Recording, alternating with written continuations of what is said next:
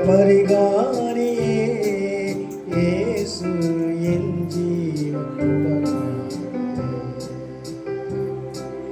என் பாவ பரிகாரியே இயேசு என்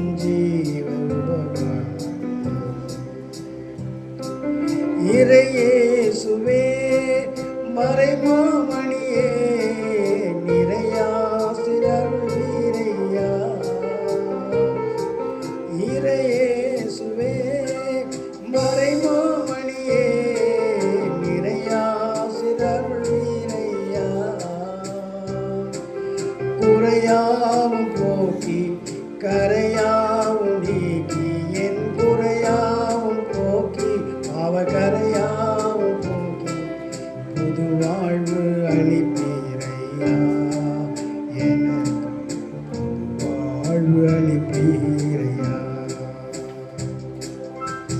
பாவ பரிகாரியே இயேசு என்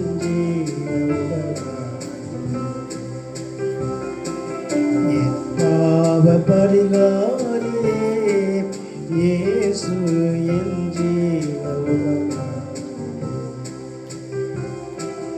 உம் இரத்தத்தால் என்னை கழுவும் ஐயா புது ஜீவன் தரும் தேவனே உம் இரத்தத்தால் என்னை கழுவும் ஐயா புது ஜீவன் தரும் தேவனே மனமாற செய்து குணம் யாவும் தந்து என் மனமாற செய்து நல்ல குணம் யாவும் தந்து மறுரூபம் ஆக்குமையா ரூபமாக்குமையா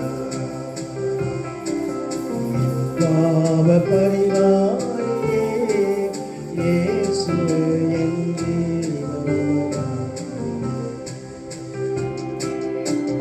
பாவ பரிகாரியே இயேசு என்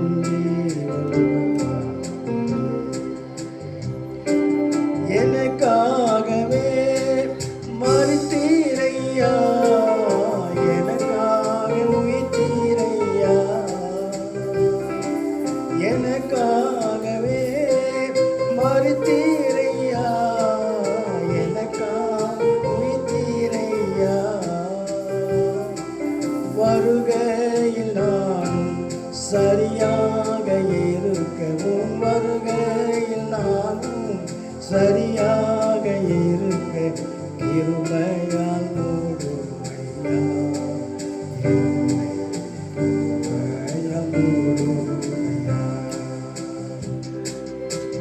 பாவ பரிகாரியே இயேசு என்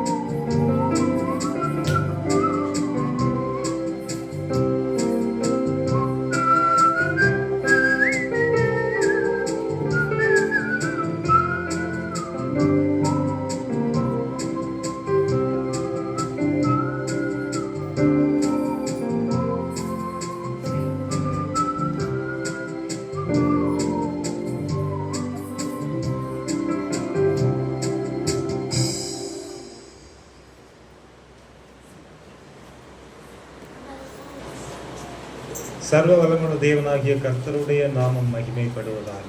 கர்த்தருக்கு ஸ்தோத்திரம். தொடர்ந்து இந்த வார்த்தையின் சத்தத்தை கேட்கிற நம் ஒவ்வொருவரையும் தேவன் ஆசீர்வதிப்பாராக. இன்னைக்கும் தானியேல் புத்தகம் 7வது அதிகாரம் 13-14 வசனங்களை நாம் வாசிப்போம். ரா தரிசனங்களிலே நான் பார்த்து கொண்டிருக்கையில் இதோ மனுஷகுமாரனுடைய சாயலான ஒருவர் வானத்து மேகங்களுடனே வந்தார். அவர் நீண்ட ஆயுசுள்ளவர் இடமட்டும் வந்து அவர் சமீபத்தில் கொண்டு வரப்பட்டார். சகல ஜனங்களும் ஜாதியாரும் பாஷைக்காரரும் அவரையே சேவிக்கும்படி அவருக்கு கர்த்தத்துவமும் மகிமையும் ராஜரீகமும் கொடுக்கப்பட்டது. அவருடைய கர்த்தத்துவம் நீங்காத நித்திய கர்த்தத்துவமும் அவருடைய ராஜ்யம் அழியாததுமாக இருக்கும். இந்த 2 வசனங்களிலே நித்திய கர்த்தத்துவம் அழியாததுமாய் இருக்கிற தேவனுடைய ராஜ்யம், இந்த இடத்திற்கு தான் பரிசுத்த தேவன் நம்மை கொண்டு செல்ல போகிறார். அப்படி கொண்டு செல்ல போகக்கூடிய அவர் யார் என்று சொன்னால், இங்கே அவரை குறித்து வேதம் சொல்லுகிறது, நீண்ட ஆயுசுள்ளவர், ஏன்ஷியன்ட் ஆஃப் டேஸ், நீண்ட ஆயுசுள்ளவர். ஆமாம், நீண்ட ஆயுசுள்ளவர் என்று சொன்னால் எப்போதும் உயிரோடு இருக்கிறவர். வெளிப்படுத்தின விசேஷம் 1வது அதிகாரம் 18வது வசனம் சொல்லும் வார்த்தை. வெளிப்படுத்தின விசேஷம் 1:18. மரித்தேன், ஆனாலும் இதோ சதா காலங்களிலும் உயிரோடு இருக்கிறேன். பாருங்க, சதா காலங்களிலும் உயிரோடு இருக்கிறேன். ஆமே. தானியேல் புத்தகத்துல நீண்ட ஆயுசு உள்ளவர், நித்திய கர்த்தத்துவம் உள்ளவர், அழியாத ராஜ்யத்தை உடையவர். கர்த்தருக்கு பிரியமானவர். தானியேலுக்கு ராத்தரிசனத்திலே வெளிப்படுத்தப்பட்ட இந்த நீண்ட ஆயுசு உள்ளவர். இன்றைக்கு நாம் எதை குறித்து பார்க்க போகிறோம் என்று சொன்னால்,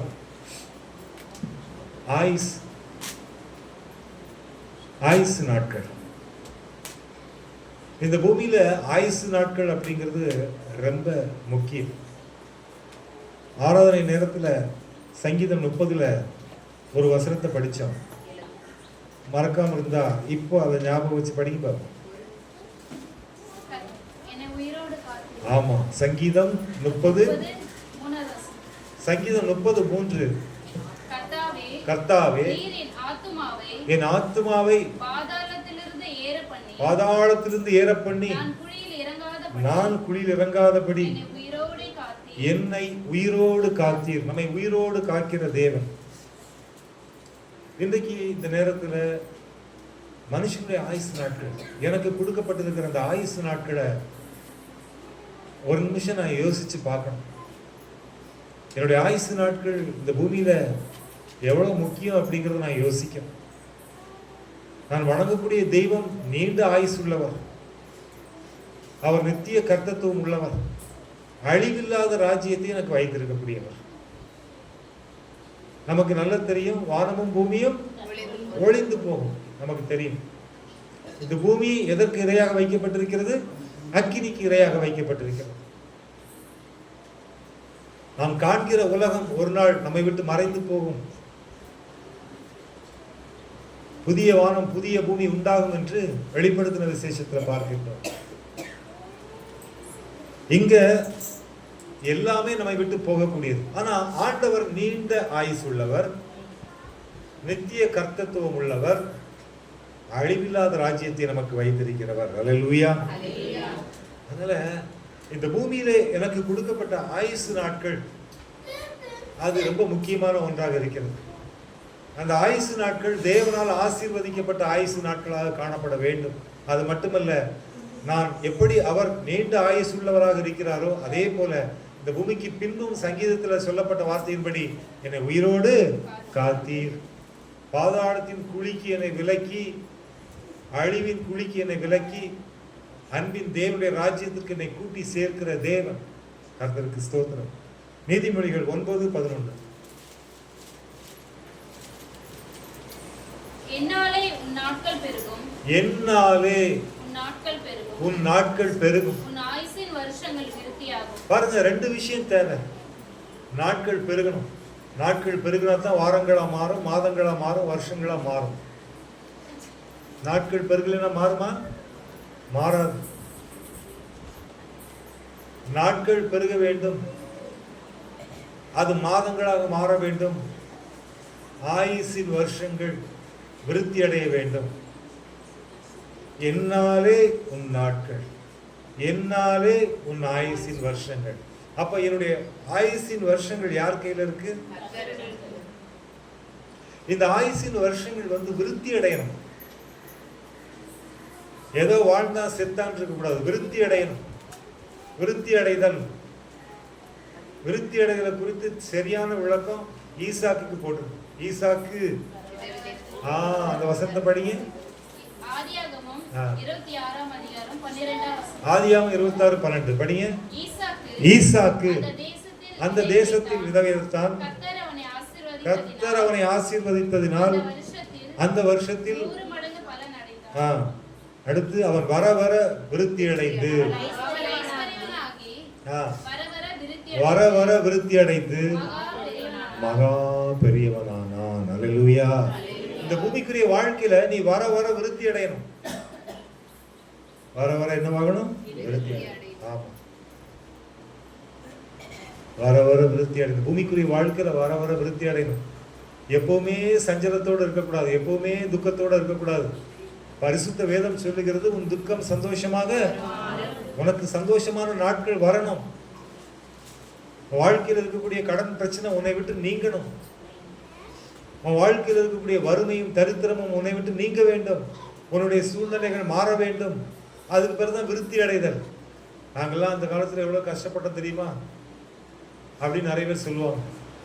ஆனா இன்னைக்கு எப்படி இருக்கிறோம் தெரியுமா அப்படின்னு சொல்லுவாங்க. கடைசி வரைக்கும் கஷ்டப்பட்டு இருக்கோம்னு சொல்ல முடியுமா? அன்னைக்கும் பிச்சை எடுத்தான், இன்னைக்கும் பிச்சை எடுக்கிறான், அவ்வளவுதான். அதனால நம்ம வாழ்க்கையில விருத்தி அடையணுங்க. அதுதான் பிளஸிங். விருத்தி அடையணும். கர்த்தருக்கு ஸ்தோத்திரம். அல்லேலூயா. அந்த விருத்தி அடைகிறது தேவன் கொடுக்கக்கூடிய விருத்தியா இருக்கும். யார் கொடுக்கக்கூடிய விருத்தி? ஆண்டவர் தான் நம்மை விருத்தி அடைய செய்யக்கூடியவர். கர்த்தருக்கு ஸ்தோத்திரம். நாமினி சிஸ்டர் போர் போட்டு எத்தனை வருஷம் ஆச்சு? எத்தனை வருஷம் ஆச்சு சிஸ்டர்? நீங்க உங்க வீட்டுல போர் போட்டு எத்தனை வருஷம் ஆச்சு? 20 வருஷத்துக்கு முன்னாடி போட்ட போர். ஆனா அந்த போட்ட போர்ல அவங்க தண்ணி எடுக்க ஆரம்பிச்சது 2025. 2020 போன வருஷம் தானே, 2024. பாருங்க, அந்த போர்ல இருக்கிற தண்ணியை அவங்க பயன்படுத்தக்கூடிய சூழ்நிலையை கர்த்தர் உருவாக்குகிறார். அல்லேலூயா. ஒரு காரியத்தினுடைய முழுமை விருத்தி அடைதல். ஆமா, அது விருத்திங்கிறது சாதாரண விஷயம் கிடையாது. வேலை இல்லாம கஷ்டப்பட்ட அருள் ஜாய்ஸ் 2 பேர் அவ்வளோ கஷ்டப்பட்டிருப்பாங்க. மனதளவில் பயங்கரமான சோர்வு. அன்னைக்கு கர்த்தர் இன்னைக்கு 2 பேரையும் கர்த்தர் பிளஸிங்கா வச்சிருக்கிறார். அல்லேலூயா. விருத்தி அடைதல். பாருங்க, எப்பவுமே அப்படி இருந்தா அதுக்கு ஒரு விருத்தி கிடையாது. ஆமா, வாழ்ந்தான் அன்னைக்கு, ஆமா இன்னைக்கு அப்படிதான் இருக்கிறார். ஆமா, விருத்தி அடைதல். நம்ம வாழ்க்கையில ஒவ்வொரு சிச்சுவேஷன்ஸ்லயும் ஆண்டவர் நம்மளை உயர்த்தி கொண்டே இருப்பான். அதான் பைபிள்ல போட்டிருக்கு, மென்மேலும் உயர்த்தி. தாவீதை குறித்து சொல்லும் பொழுது மென்மேலும் உயர்த்தி, இன்னொரு இடத்துல மேன்மையாய் உயர்த்தப்பட்ட. அப்ப என்னுடைய ஆயுசின் வருஷங்கள் என் நாட்கள். என்னாலே உன் நாட்கள் பெருகும். உன்னுடைய நாட்களை பெருக செய்கிற தேவன். உன் ஆயுசின் வருஷங்களை விருத்தி அடைய செய்கிற தேவன். விருத்தி அடைய செய்கிற தேவன். அல்லேலூயா. ஆண்டவர் தான் நம்ம விருத்தி அடைய செய்வார். அடுத்து சங்கீதம் 90:9-10. எங்கள் நாட்கள் எல்லாம் உமது கோபத்தால் போய்விட்டது. ஒரு கதையை போல் எங்கள் வருஷங்களை கழித்து போட்டோம். ஒரு கதையை போல் எங்கள் வருஷங்களை கழித்து போட்டோம். எங்கள் ஆயுசு நாட்கள் 70 வருஷம். பலத்தின் மிகுதியால் 80 வருஷமாய் இருந்தது. இங்க வசனம் கிளியரா சொல்லுது, எங்கள் ஆயுசு நாட்கள் 70, பலத்தின் மிகுதியினால் 80. 80 வயசுல ஒருத்தர் பலத்தோட இருக்கிறார் அப்படின்னு சொல்லிச்சுன்னா, அதுவும் வந்து நோய் இல்லாத, என்ன இல்லாத, பலத்தோட இருக்கிறாங்கன்னா உண்மையிலே அது காட்ஸ் கிஃப்ட். கடவுளுடைய தேவன் தான் பலப்படுத்தி கொண்டு வருகிறார். அதான் உண்மை. அல்லேலூயா. நம்ம மத்தியிலே கர்த்தர் அதுக்கு சாட்சியா ஜெயபாலையா வச்சிருக்கிறாரு. அல்லேலூயா. பாருங்க, 80 வயசுல இருக்கிற மனுஷன் என் கூட 2 வீலர்ல டிராவல் பண்றாரு. 80 வயசுல இருக்கிறவங்க 2 வீலர்ல ஒரு காலை தூக்கி வண்டி மேல போடுறது சாதாரண விஷயம் கிடையாது. ஆமா, ஆட்டோவில் தான் போவாங்க, ஆட்டோவில் தான் வருவாங்க. ஆனால் 2 வீலரில் போட்டு காலில் போட்டு என் கூட ட்ராவல் பண்ணுறாரு எல்லா இடத்துக்கும். அதே போல் படிக்கட்டு ஏறி அப்படி வந்து அவர் பாட்டுக்கு வந்து உட்கார்ந்துடுறாரு. 1 மணி நேரம் நின்று பிரசங்கம் பண்ணுறாரு. ஆண்டவர் இந்த பலனை கொடுத்திருக்கிறார். அல்லேலூயா. உண்மையிலேயே இந்த பாக்கியம், இதுதான் தேவன் கொடுக்கக்கூடிய பாக்கியம். பலத்தின் மிகுதியினால் என்பது, ஆமா, தேவ பலன். அது என்ன பலன்? தேவ பலன். கர்த்தர் தான் இந்த பலனை கொடுக்கிறார். அதே போல ஜாய்ஸோட அப்பா 80 79, இன்னொரு வருஷம் 80. கர்த்தர் தான் இந்த பலத்தை கொடுக்கிறார், எந்த மனுஷனும் இல்லை. அதான் உண்மை. அப்ப தேவன் ஒரு மனுஷனை பலப்படுத்தும் போது கடைசி வரைக்கும் அவங்க இண்டிபெண்டன்டாவே இருக்கிறாங்க. அல்லேலூயா. எப்படி இருக்கிறாங்க? இண்டிபெண்டன்ட். கர்த்தர் அந்த பலனை கொடுக்கிறார். அடுத்து பாருங்க, வசனம் படிங்க. ஆதியாகமம் 47, 8, 9, 10. பார்வோன் யாக்கோபை நோக்கி, உன் வயது என்ன என்று கேட்டார். அதற்கு யாக்கோபு, நான் பரதேசியாய் சஞ்சரித்த நாட்கள் 130 வருஷம். என் ஆயுசு நாட்கள் கொஞ்சமும் சஞ்சலம் உள்ளதுமாய் இருக்கிறது.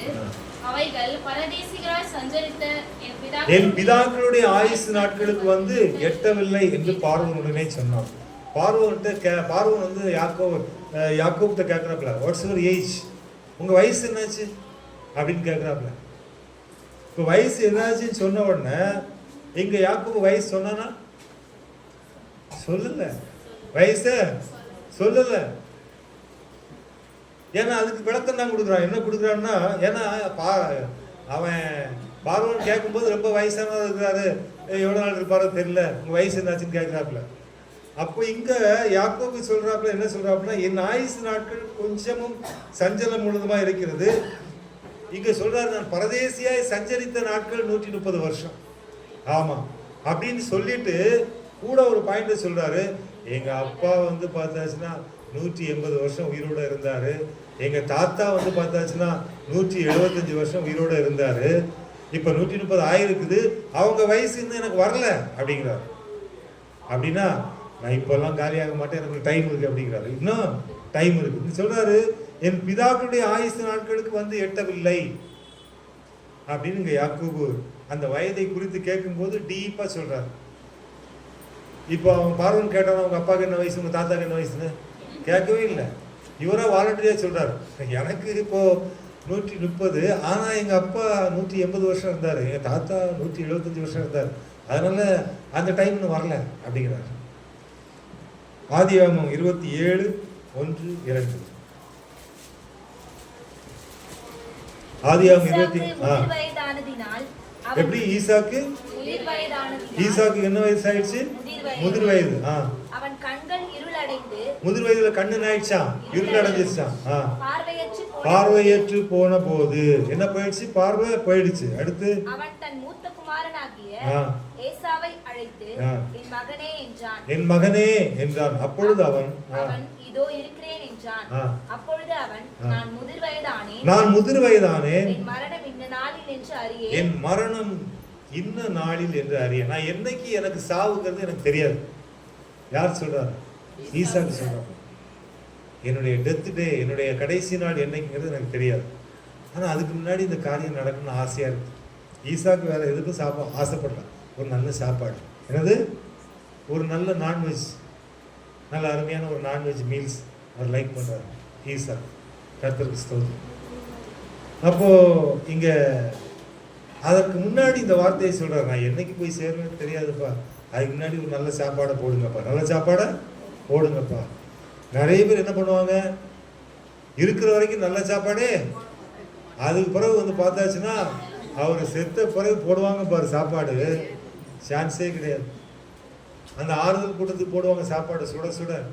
உண்மையிலே அந்த சாப்பாடு ரொம்ப டேஸ்டாக இருக்கும், அவ்வளோ அருமையாக சூடாக போடுவாங்க. அதுக்கு பிறகு வந்து பார்த்தீங்கன்னா அந்த ஏதோ ஒரு கொஞ்ச நாள் ஒரு வாரம் 10 நாள் கழித்து ஒரு ஆறுதல் கூட்டம், அந்த கூட்டத்துக்கு சொல்கிறேன் சாப்பாடு. மட்டன் போடலாம், சிக்கன் போடலாம், சில்லி போடலாம், என்ன வேணாலும் போடலாம், ஆனால் சரியாக பண்ணுவாங்க. அதுவும் வந்து பார்த்தாச்சுன்னா அந்த முக்கியமாக ஆண்டவர் அறியாத பிள்ளைகள் என்ன பண்ணுவாங்க, அந்த ஃபோட்டோக்கு முன்னாடி இலை வச்சு படையல் போடுவாங்க. இப்போ வந்து அந்த ப்ராக்டிஸ் வந்து பார்த்தாச்சுன்னா செத்தவங்களுக்கு படையல் போடுறது வந்து பார்த்தாச்சுன்னா இப்போ கிறிஸ்டியன்ஸ்லேயும் அந்த ப்ராக்டிஸ் இருக்குது. அந்த ப்ராக்டிஸ் இருக்கிறவங்களை குறித்து பைபிள் சொல்லியிருக்குது, அவர்களும் செத்தவர்கள், அவர்களும் செத்தவர்களுக்கு படையல் போடக்கூடியவர்களும் செத்தவர்கள் அப்படின்னு பைபிளில் போடும். அதனால் அதில் கொஞ்சம் உஷாராக இருங்க. யாராச்சும் ஒரு இடத்துக்கு ப்ரேயர் மீட்டிங் போயிட்டு அங்கே ப்ரேயருக்கு கூப்பிட்றாங்க அப்படின்னா ஃபோட்டோ வச்சு மாலை போடுறாங்க, ஒரு ஆராதனை நடத்துகிறோம், நன்றி சொல்கிறோம், அவங்க செஞ்ச நன்மைகளை நினைக்கிறோம், ஓகே, நோ ப்ராப்ளம். ஆனால் முன்னாடி பெருசாக பெட்ஷீட் போட்டு லைனும் சட்டெல்லாம் அடுக்கி வச்சு அவர் பிடிச்ச ஐட்டம் மொத்தம் ஃபுல்லாக ரொப்பி அப்படி முக்கோணம் மாதிரி ஆக்கி அதுக்கு மேலே ஊதுவத்தி கொளுத்தி 2 கேண்டில் கொளுத்தி ஆர்ப்பாட்டம் பண்ணிட்டு இருக்கேன்னா அங்கே இருக்கிற மொத்த கூட்டமும் செத்தவர்கள். அதான் உண்மை. ஹலோ, மொத்த கூட்டமும் யாரு? செத்தவர்கள். எங்கள் அப்பாவுக்கு வருஷம் பண்ணுறாங்க. அவர் பேப்டிசம் எடுக்கல, அவர் கிறிஸ்துவுக்குள் இல்லை, அவருக்கு எழுப்புதல் கிடையாது. ஆனால் தேவனுக்குள் மருத்துவர்களுக்கு எழுப்புதல் இருக்கா இல்லையா? இருக்கு. அவங்க உயிரடைவார்களா உயிரடைய மாட்டார்களா? உன்னை பார்ப்பாங்களா பார்க்க மாட்டாங்களா? அப்போ நீ உயிரோடு இருக்கிறவங்கள செத்தவங்க லிஸ்ட்டில் சேர்த்தேன்னா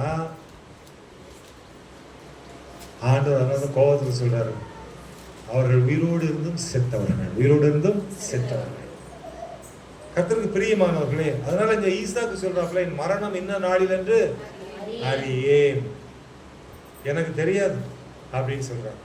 அடுத்து எபேசியர் 5:14. நாட்கள் பொல்லாதவைகளா, நாட்கள் எப்படிப்பட்டது? பொல்லாதவைகளானபடினால் நாட்கள் பொல்லாதவைகள். உன் நாட்கள் உனக்கு தெரிஞ்சிருக்கணும். வீட்டில் போயிட்டு நைட்டு ஃபேமிலி ப்ரேயரில் ஒவ்வொருத்தருடைய டேட் ஆஃப் பர்த் கேட்டு மனுஷனுடைய ஆயுசு நாட்கள் 70, பலத்தின் மிகுதினால் 80 வயசு வரைக்கும் ஏசப்பா பைபிள் ரெக்கார்டில் போட்டிருக்காரு. 80 வரைக்கும் பிரச்சனை இல்லைன்னு போட்டிருக்காரு. நம்ம டேனியல் நாராயணன் ஐயாவுக்கு 87 வயசு, 88 வயசு. அவர் 4 நாளைக்கு முன்னாடி ஃபோன் பண்ணி கேட்டார், எப்படியா இருக்க, அவள் எப்படிப்பா இருக்கா? என்னால் இப்போ படிக்கட்டுலாம் ஏற முடியாதுப்பா, நடக்கவும் முடியல, கஷ்டம்ப்பா, அதனால் வீட்டிலே இருக்கிறேன், எங்கன்னா போனா கூட என்னை ஆட்டோவில் வச்சு மெதுவாக என்னை கூட்டிகிட்டு போவாங்க. 88 வயசு அவருக்கு. அப்போ பாருங்க, பைபிளில் போடுறது 80 வரைக்கும் அப்படின்னு. அப்போ 80 அப்படின்னா உன்னுடைய நாட்கள் எவ்வளோங்கிறத நீ நோட் பண்ணணும். 360 × 80 இயர்ஸ், 28,800 நாட்கள். எவ்வளோ? கொஞ்சம் சொல்லுங்களேன், எவ்வளோ? 28,800 நாட்கள் தான் இந்த பூமியில் நமக்கு கொடுக்கப்பட்டிருக்க லைஃப் ஃபர்ஸ்ட். அதுக்கு பிறகு காட் ஸ்ட்ரென்த் இருந்துச்சுன்னா கூட்டிகிட்டே போவார். அப்போ இந்த 28,800 டேஸ் என்னோட லைஃப், அதில் உன்னோட வருஷத்தை போட்டு அதில் எவ்வளோ நாள் முடிஞ்சிருக்குது, மீதி எவ்வளோ நாள் இருக்குது, பேலன்ஸ் டேஸ். எல்லாரும் சொல்லுங்கள், பேலன்ஸ் டேஸ். பேலன்ஸ் டேஸ்னு போட்டு அதை நீ நோட் பண்ணி அதை வச்சுக்கணும். ஒவ்வொரு வருஷம் முடியும் போது மறுபடியும் 360 நாளை கழித்து பேலன்ஸ் டேஸ், எனக்கு இன்னும் நாட்கள் எவ்வளோ மீதி. அது அப்போ எதுக்காக அதை சொல்கிறேன்னா, அப்போ தான் உனக்கு கடவுளுக்கு பயப்படக்கூடிய பயம் வரும். இந்த பூமியில் ஒரு நாட்கள் எப்படிப்பட்டது அப்படிங்கிறது உனக்கு தெரியணும். யோபின் புத்தகம் 14வது அதிகாரம் 5வது வசனம் படிங்க.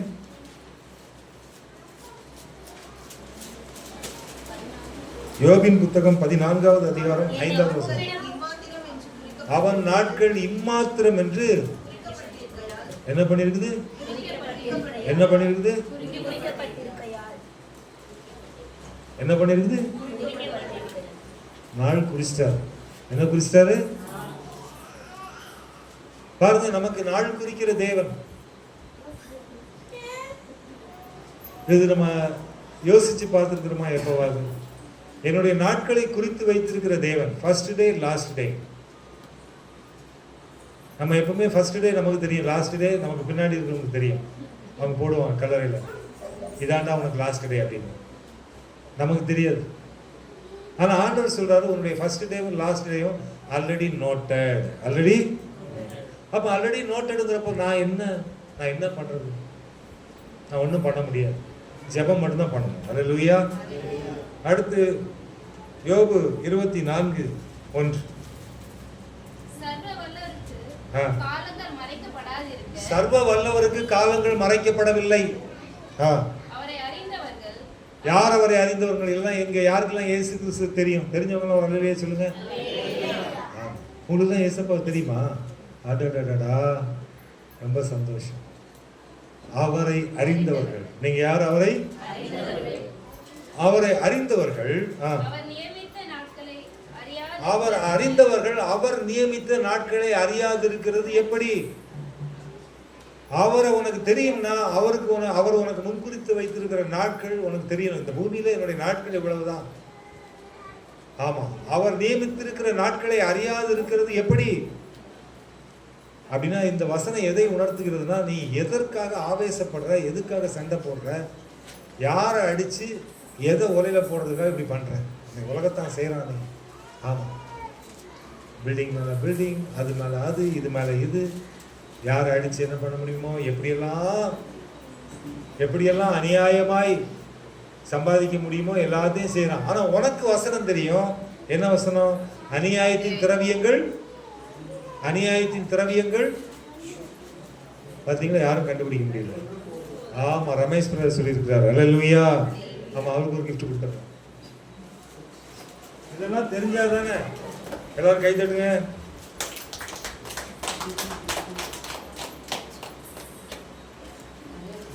அநியாயத்தின் திரவியங்கள் ஒன்றுக்கும் உதவாது. அநியாயத்தின் திரவியங்கள் ஒன்றுக்கும் உதவாது. கர்த்தருக்கு பிரியமானவர்களே, பரிசுத்த வேதம் சொல்லுகிறது, உன் வாழ்க்கையில உனக்கு அவர் நியமித்த நாட்கள் அப்படிங்கிறது உனக்கு தெரியும். உன்னோட லைஃபை நீ ஃபிக்ஸ் பண்ணல, உன்னோட லைஃபை அவர் ஃபிக்ஸ் பண்றார். அல்லேலூயா. இது முதல்ல உனக்கு தெரிஞ்சிருக்கு. உன்னோட லைஃபை யார் ஃபிக்ஸ் பண்றாங்க? காட், ஆண்டவர் ஃபிக்ஸ் பண்றாங்க. இதை நீ தெரிஞ்சிருக்கணும். அடுத்து யாத்ராகமம் 23:26.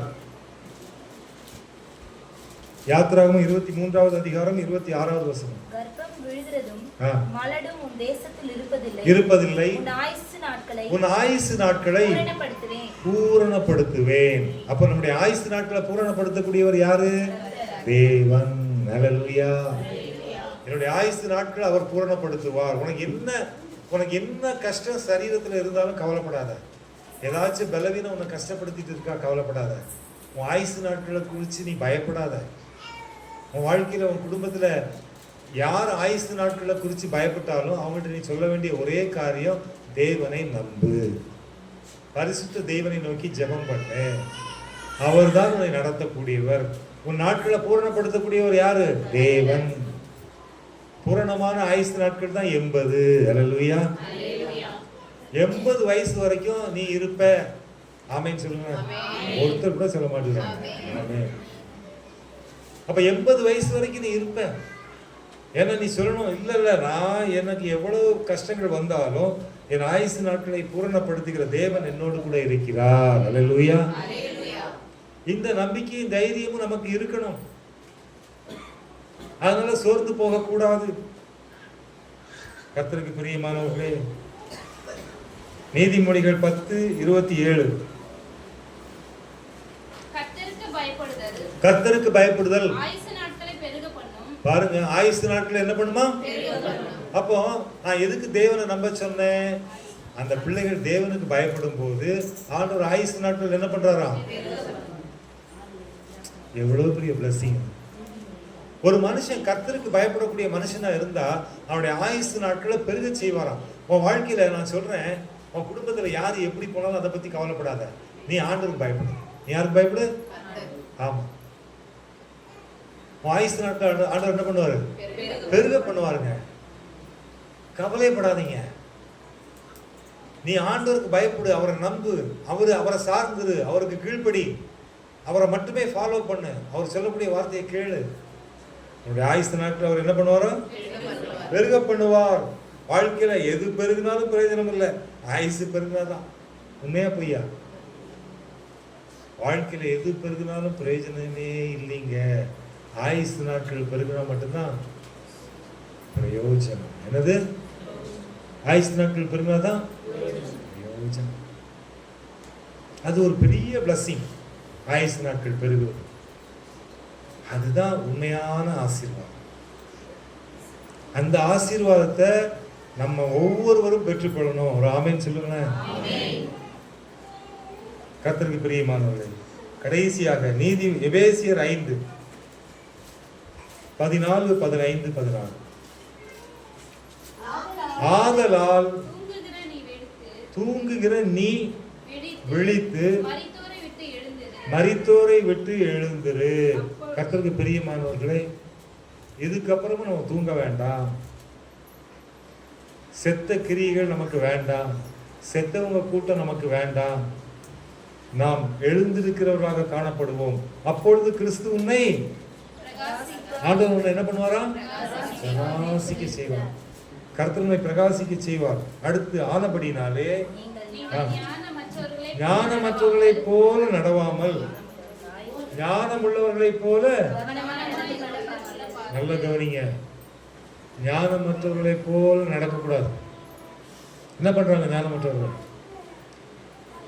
கொஞ்சம் சொல்லுங்களேன், என்ன பண்றாங்க? ஏசாயாவின் புத்தகம் 5வது அதிகாரத்துல தெளிவா போட்டிருக்குது ஞானமற்றவர்கள் என்ன பண்றாங்க அப்படின்னு. அதை எடுத்துங்க, படிங்க. ஒரு கிஃப்ட். அந்த வசனத்தை கரெக்டா நீங்க டேலி பண்ணி படிச்சீங்கன்னா, ஏசாயாவின் புத்தகம் 5வது அதிகாரத்துல ஞானமற்றவங்க என்ன பண்ணுவாங்க?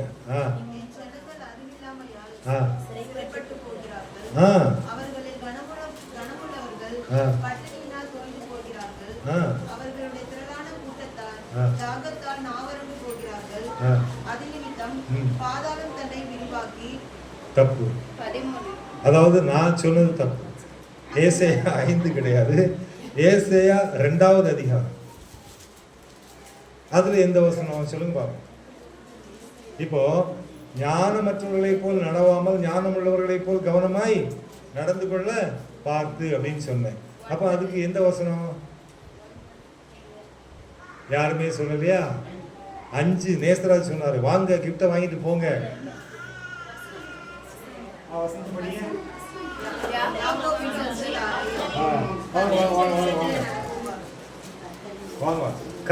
கர்த்தரின் வெளிச்சத்திலே நடப்போம்.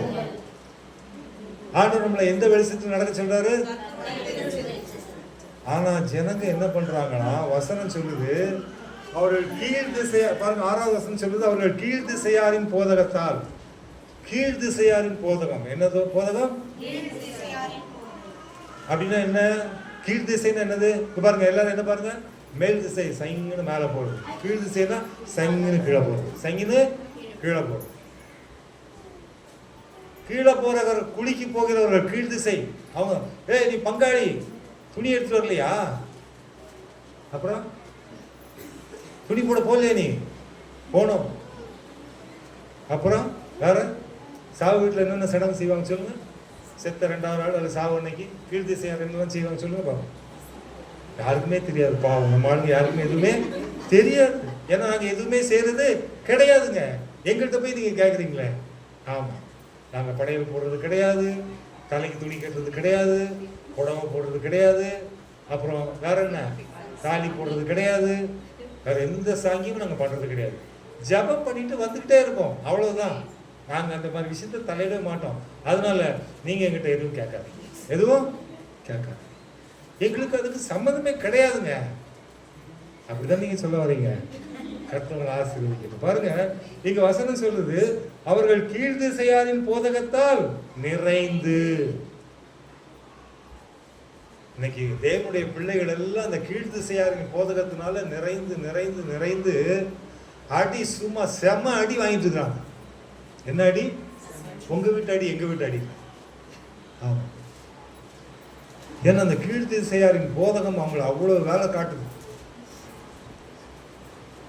அந்த போதகம் அவங்க இருதயத்தை அப்படியே நிரப்புது. சர்ச்சுக்கு வர டைம் இருக்காது, வேற எதுக்குமே டைம் இருக்காது. ஆனா கீழ் திசையார் சொல்லியாச்சுன்னா உடனே அவ்வளவுதான், இந்த ஃபங்க்ஷனுக்கு போயே ஆகணும், வேற வழி கிடையாது. அதுக்கு கால் நடக்கும், அது கை வேலை செய்யும், எல்லாம் வேலை செய்யும். இந்த கீழ் திசையாரின் போதகம் சரியா வேலை செய்யுது எல்லா இடம். கர்த்தருக்கு பிரியமானவர்களே, இங்க வசனம் சொல்லுது, நீங்கள் ஞானமற்றவர்களைப் போல நடவாமல் ஞானம் உள்ளவர்களைப் போல் கவனமாய் நடந்து கொள்ள பார்த்து நாட்கள் பொல்லாதவைகளானதால் காலத்தை என்ன பண்ணி கொடுத்தோம், என்ன படுத்தி கொடுக்கணும். மறுபடியும் இன்னொரு முறை எச்சரிக்கிறார், ஆகையால் நீங்கள் மதியற்றவர்களாய் இராமல் கர்த்தருடைய சித்தம் என்னதென்று கர்த்தருக்கு பிரியமானவர்களே நல்ல ஞாபகம் வச்சுக்கோ. உன்னுடைய ஆயுசு நாட்கள் யார் கையில் இருக்கு? அவர் யாரு? நீண்ட ஆயுசு உள்ளவர். யாரு? அவருடைய கர்த்தத்துவம் மாறாதது, அவருடைய ராஜ்யம் அழிவில்லாதது. அவரை நீ கும்பிடுற, அவர் சதா காலங்களிலும் உயிரோடு இருக்கக்கூடியவர். அவர் உனக்கு சொல்லி கொடுக்குறாரு, என் மகனே உன்னுடைய ஆயுசு நாட்கள் என் கையில இருக்குப்பா, கொஞ்சம் ஜாக்கிரதையா இருப்பா. உன்னுடைய ஆயுசு நாட்கள் யார் கையில் இருக்கு? உன்னுடைய ஆயுசு நாட்களை யார் பூரணப்படுத்துவார்? உன்னுடைய ஆயுசு நாட்களை நியமித்தது யாரு? இவ்வளவு தெரிஞ்சும் இவ்வளவு மறுபடியும் கீழ் திசையார் போதகத்துக்கு நீ போன, நீ கேட்ட ஜாக்கிரதை. கர்த்தருக்கு பிரியமானவர்களே, உன்னுடைய ஆயுசு நாட்களை பூரணப்படுத்தும்படி கர்த்தருடைய சமூகத்தில் ஒப்பு கொடுத்து அவருக்கு பிரியமானதை செய். என்றைக்கும் பரிசுத்த தேவன் அவர் the ancient of days, ஆயுசு நாட்கள் மாறாத, அதாவது பூரணமான நீண்ட ஆயுசுள்ள தேவன். அவர் உன்னுடைய ஆயுசு நாட்களை குறித்து இந்த வசனங்களை இன்றைக்கு உனக்கு கொடுத்திருக்கிறார். the years of our life, நம்முடைய ஆயுசு நாட்கள் அது தேவனுடைய கரத்தில் இருக்கிறது. அவர் நமக்கு கொடுத்த அந்த ஆயுசு நாட்களை பூரணப்படுத்தும்படிக்கு அவருடைய சத்தத்துக்கு நம்மை செவி கொடுப்போம். இந்த பூமியிலே நம்முடைய ஆயுசு நாட்களை பெருகச் செய்வோம், விருத்தியடைய செய்வோம், வர்த்திக்க செய்வோம். கர்த்தரால் ஆசீர்வதிக்கப்பட்ட பிள்ளைகளாக கடைசி வரைக்கும் நாம் வாழ்வோம். நோய் இல்லாமலும் பேய் இல்லாமலும்